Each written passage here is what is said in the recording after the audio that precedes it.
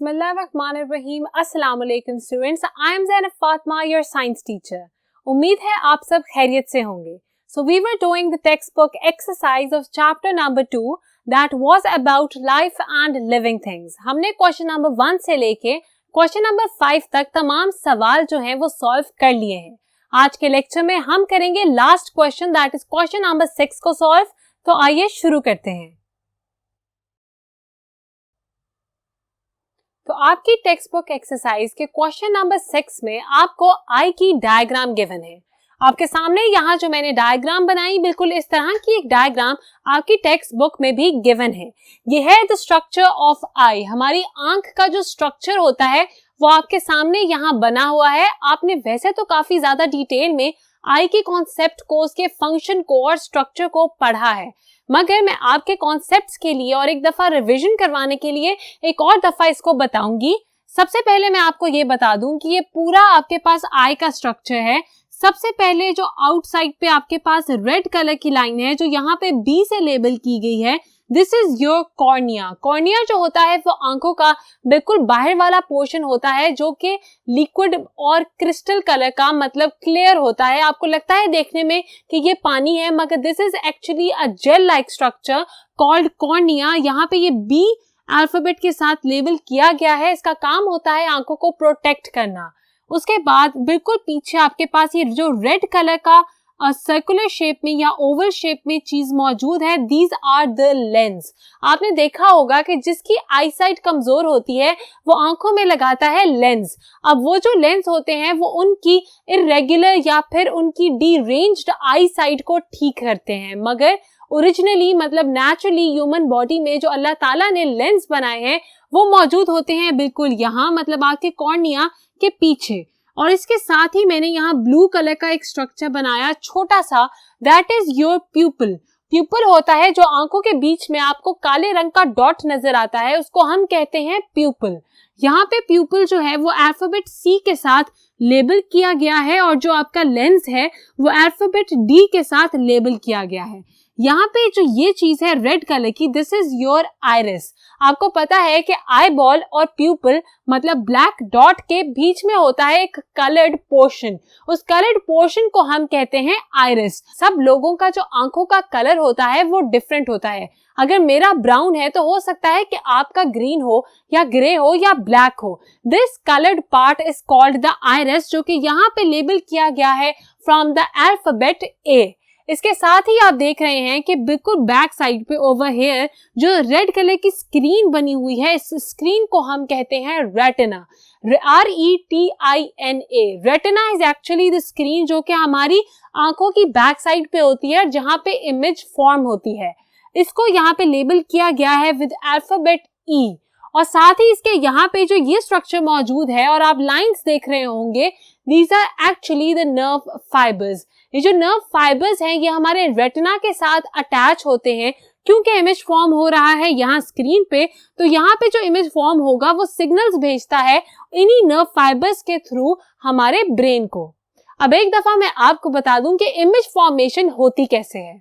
सबसे पहले हम किसी चीज को जब देखते हैं तो वहां से हमारी आंखों में लाइट पड़ती है। ये जो लाइट है वो उस ऑब्जेक्ट से रिफ्लेक्ट होके हमारी आंखों में आती है। सबसे पहले वो क्रॉस करेगी हमारी आउटर मोस्ट पोर्शन को या फिर पार्ट ऑफ द आई को, जिसको हमने नाम दिया कॉर्निया का। जब वो कॉर्निया को क्रॉस कर लेती है फिर आइरिस को क्रॉस करके प्यूपिल में जाती है, प्यूपिल से वो लेंस में जाती है। लेंस जो है उसका काम होता है इस लाइट को एक जगह पे फोकस करने का। तो वो इस लाइट को फोकस करती है अपनी पीछे वाली स्क्रीन पे, जिसको हमने नाम दिया रेटिना का। अब जब यहाँ पे लाइट फोकस हो जाएगी और इमेज बनेगी तो यहाँ से सिग्नल्स जाएंगे इन नर्व फाइबर्स या ऑप्टिक फाइबर्स के थ्रू हमारे ब्रेन को। तो जो ब्रेन है वो हमारे इन इमेज को फॉर्म करता है, मतलब जो भी इमेजेस यहाँ रेटिना पे बनती हैं उनको इंटरप्रेट करना, मतलब एक सिग्नल को पिक्चर में तब्दील करने का जो काम है वो हमारा ब्रेन करता है। तो मैंने आपको बता दिया कि ये पूरा आई का स्ट्रक्चर किस तरह से हम रिप्रेजेंट करते हैं, इनके कौन कौन से पार्ट्स हैं और क्या फंक्शन होता है हमारी आई का। देखने का फंक्शन और लाइट को फोकस करने का फंक्शन कौन कौन से पार्ट्स करते हैं, आपको ये भी पता चल गया। हम देखते हैं कि हमें इस डायग्राम से मुताल्लिक कौन से क्वेश्चंस पूछे गए हैं। Question number 1 is name the parts labelled. जो भी यहाँ ऊपर पार्ट्स लेबल हुए हुए हैं, हमने बताना है कौन सा अल्फाबेट कौन से पार्ट को इंडिकेट या रिप्रेजेंट कर रहा है। सबसे पहले we have a alphabet is indicating iris. Iris जो है वो है the coloured portion of the eye, और वो रिप्रेजेंट यहाँ किया गया है विद द अल्फाबेट ए। तो आप अल्फाबेट ए के सामने लिखेंगे आइरिस।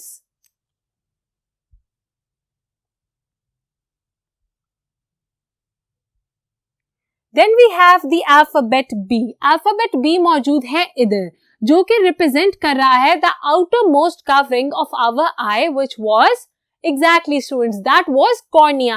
तो B is representing the part of eye called cornea. तो आप B के सामने आंसर में लिखेंगे cornea. Moving towards the next alphabet, that is alphabet C.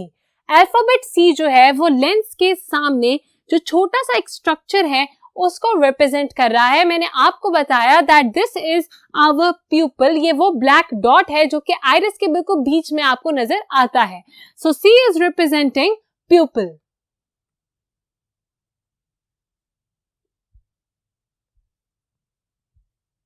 Next alphabet is D. D जो है वो हमारे आंख के अंदर मौजूद लेंस को रिप्रेजेंट कर रहा है। Pupil is attached to our lens, और जो ये लेंस है इन्होंने फोकस करना होता है लाइट को। इनको रिप्रेजेंट किया गया है विद द अल्फाबेट डी। तो आप डी के सामने लिखेंगे lens. The last alphabet we have is alphabet E. Alphabet E represent कर रहा है हमारी उस स्क्रीन को जिसके ऊपर जाके लाइट ने फोकस करना है और इमेज फॉर्म होनी है। स्क्रीन का नाम था रेटिना, इसीलिए आप ई अल्फाबेट के सामने मेरे साथ लिखेंगे रेटिना।